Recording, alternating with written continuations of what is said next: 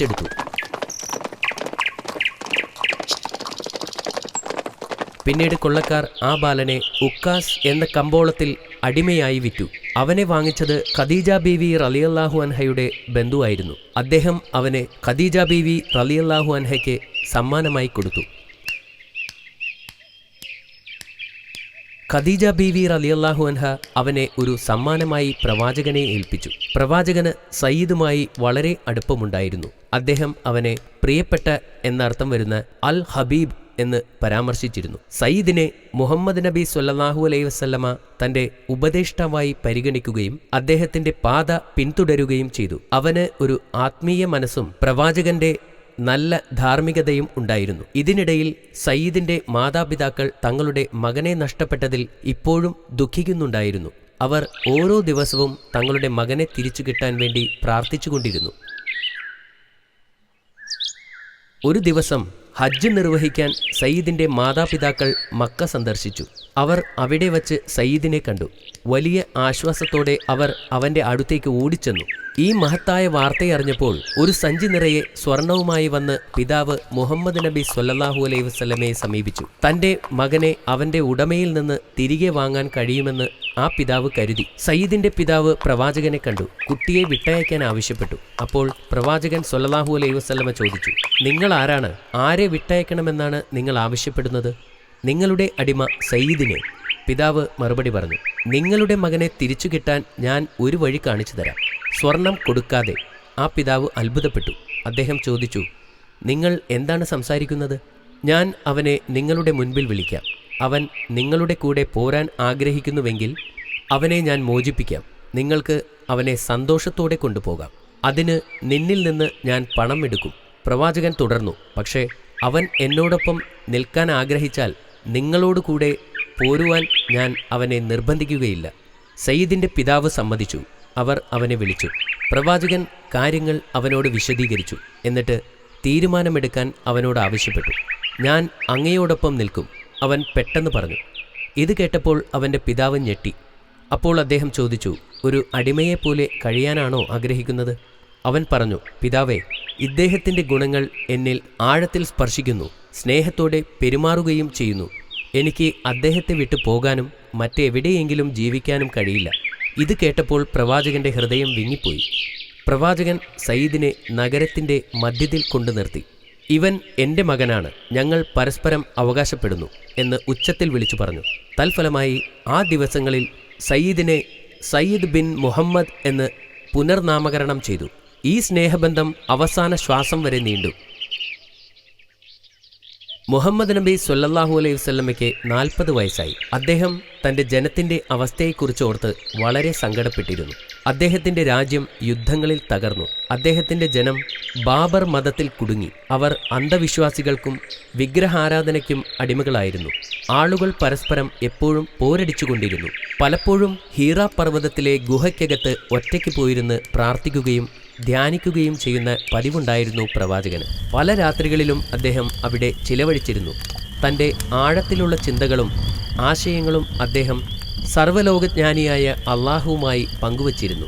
അതുപോലെയുള്ള ഒരു രാത്രിയിൽ അടുത്തൊന്നും ആരും ഇല്ലാതിരുന്ന സമയത്ത് അള്ളാഹുവിൻ്റെ മലക്ക് മുഹമ്മദ് നബി സ്വല്ലല്ലാഹു അലൈഹി വസല്ലമയുടെ മുന്നിൽ പ്രത്യക്ഷപ്പെട്ടു. മലക്കിനെ കണ്ടപ്പോൾ പ്രവാചകൻ ആശ്ചര്യപ്പെട്ടു. അദ്ദേഹത്തിന് സ്വന്തം കണ്ണുകളെ വിശ്വസിക്കാൻ കഴിഞ്ഞില്ല. മലക്ക് അദ്ദേഹത്തോട് വായിക്കാൻ ആവശ്യപ്പെട്ടു. പഠിക്കാൻ പോയിട്ടില്ലാതിരുന്ന പ്രവാചകന് എങ്ങനെ വായിക്കാനാകും? എനിക്ക് വായിക്കാൻ അറിയില്ല എന്ന് പ്രവാചകൻ മലക്കിനോട് പറഞ്ഞു. പെട്ടെന്ന് മലക്ക് അദ്ദേഹത്തെ ഉയർത്തിയെടുത്ത് അമർത്തിപ്പിടിച്ചുകൊണ്ട് വീണ്ടും പറഞ്ഞു, വായിക്കുക. എനിക്ക് വായിക്കാൻ അറിയില്ല. പ്രവാചകൻ വീണ്ടും വിളിച്ചു പറഞ്ഞു. മലക്ക് അദ്ദേഹത്തെ ഒന്നുകൂടി ഞെക്കിപ്പിടിച്ചു. അപ്പോൾ നബിതങ്ങൾ തളർന്നുപോയി. മലക്ക് പറഞ്ഞു, വായിക്കുക. നിന്റെ നാഥന്റെ നാമത്തിൽ. മനുഷ്യനെ അവൻ ഭ്രൂണത്തിൽ നിന്നും സൃഷ്ടിച്ചിരിക്കുന്നു. നിന്റെ നാഥൻ അത്യധികം ശ്രേഷ്ഠനാണ്. അവൻ പേനയുപയോഗിച്ച് എഴുതാൻ പഠിപ്പിക്കും, ഒന്നും അറിയാത്തവനാണെങ്കിൽ പോലും. പ്രവാചകൻ വിറയ്ക്കുന്ന ഹൃദയത്തോടെ ആ വാക്കുകൾ ആവർത്തിച്ചു. താൻ അനുഭവിച്ച ആ സംഭവത്തിന്റെ അമ്പരപ്പിൽ അദ്ദേഹം വീട്ടിലേക്ക് പോയി. മുഹമ്മദ് നബി സ്വല്ലല്ലാഹു അലൈഹി വസല്ലമ തൻ്റെ വീട്ടിലേക്ക് കയറിയ ഉടനെ തന്നെ അദ്ദേഹത്തിൻ്റെ ഭാര്യയോട് പറഞ്ഞു, എന്നെ പൊതിയുക. ഇത് പറയുമ്പോൾ അദ്ദേഹം ഭയന്ന് വിറക്കുകയായിരുന്നു. അദ്ദേഹത്തിൻ്റെ ഭയം മുഴുവനായും നീങ്ങുന്നതുവരെ ഖദീജ ബീവി റളിയല്ലാഹു അൻഹ അദ്ദേഹത്തെ ഒരു പുതപ്പ് കൊണ്ട് മൂടി. സംഭവിച്ചതെന്താണെന്ന് പ്രവാചകൻ വിശദീകരിച്ചു. അദ്ദേഹം പൂർത്തിയാക്കിയപ്പോൾ ഭാര്യയോട് ചോദിച്ചു, എനിക്ക് ഭ്രാന്തായെന്ന് തോന്നുന്നുണ്ടോ? അത്തരം ഒരു കാര്യം സംഭവിക്കില്ല. അവർ മറുപടി നൽകി, അള്ളാഹു അത് തടയും. അങ്ങ് പറയുന്നത് സത്യമാണ്. നിങ്ങൾ ഒരു ഉറച്ച വിശ്വാസിയാണ്. തുടർന്ന് ഖദീജ ബീവി റളിയല്ലാഹു അൻഹ അവരുടെ ബന്ധുവായ വരാവ ഇബ്നു നൗഫലിന്റെ അടുത്തേക്ക് പോയി. അദ്ദേഹം വൃദ്ധനും അന്ധനുമായിരുന്നു. അദ്ദേഹത്തിന് ഗ്രന്ഥങ്ങൾ നന്നായിട്ടറിയാമായിരുന്നു. അദ്ദേഹം ഗ്രന്ഥങ്ങൾ അറബിയിലേക്ക് വിവർത്തനം ചെയ്തിരുന്നു. പ്രവാചകന് സംഭവിച്ച കാര്യം അവർ അദ്ദേഹത്തോട് പറഞ്ഞപ്പോൾ അദ്ദേഹം പരിശുദ്ധൻ പരിശുദ്ധൻ എന്ന് പറഞ്ഞു. ഇത് മൂസാ നബി അലൈഹിസ്സലാമിന്റെ അടുക്കൽ വന്ന പരിശുദ്ധാത്മാവാണ്. അദ്ദേഹം തന്റെ ജനത്തിനു വേണ്ടി പ്രവാചകനാകും. ധീരനായിരിക്കാൻ അദ്ദേഹത്തോട് പറയുക. അദ്ദേഹം തുടർന്നും വെളിപ്പെടുത്തലുകൾ സ്വീകരിച്ചുകൊണ്ടിരിക്കുന്നു.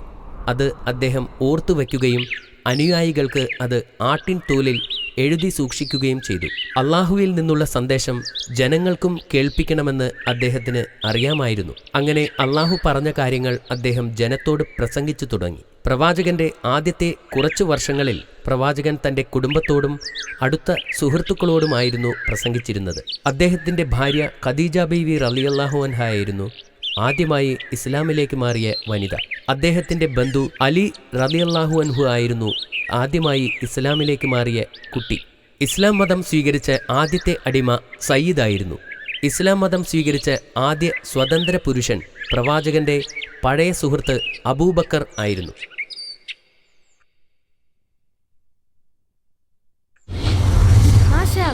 ഒരു അത്ഭുതകരമായ കഥയായിരുന്നു അത്.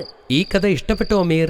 യെസ്. ആളുകൾ അദ്ദേഹത്തെ വെറുത്തിരുന്നോ? അതെ അമീർ, അത് വളരെ നിർഭാഗ്യകരമായിരുന്നു. മറ്റെല്ലാ പ്രവാചകരെയും പോലെ മുഹമ്മദ് നബി സ്വല്ലല്ലാഹു അലൈഹി വസല്ലമയ്ക്കും അനേകം എതിർപ്പുകൾ അഭിമുഖീകരിക്കേണ്ടി വന്നു. എന്നാൽ നബി തങ്ങൾ തളർന്നില്ല. അദ്ദേഹം തന്റെ ജനത്തോട് അള്ളാഹുവിന്റെ സന്ദേശങ്ങൾ പ്രസംഗിച്ചുകൊണ്ടേയിരുന്നു. നീ ചോദ്യങ്ങൾക്ക് തയ്യാറാണോ അമീർ? അതെ ബാബാ. ശരി, സയ്യിദ് പ്രവാചകനെ എങ്ങനെയാണ് കണ്ടുമുട്ടിയത്? സയ്യിദിനെ ചില അറബി കൊള്ളക്കാർ തട്ടിക്കൊണ്ടു പോകുകയും പിന്നീട് സയ്യിദിനെ ഒരു അടിമയായി വിൽക്കുകയും ചെയ്തു.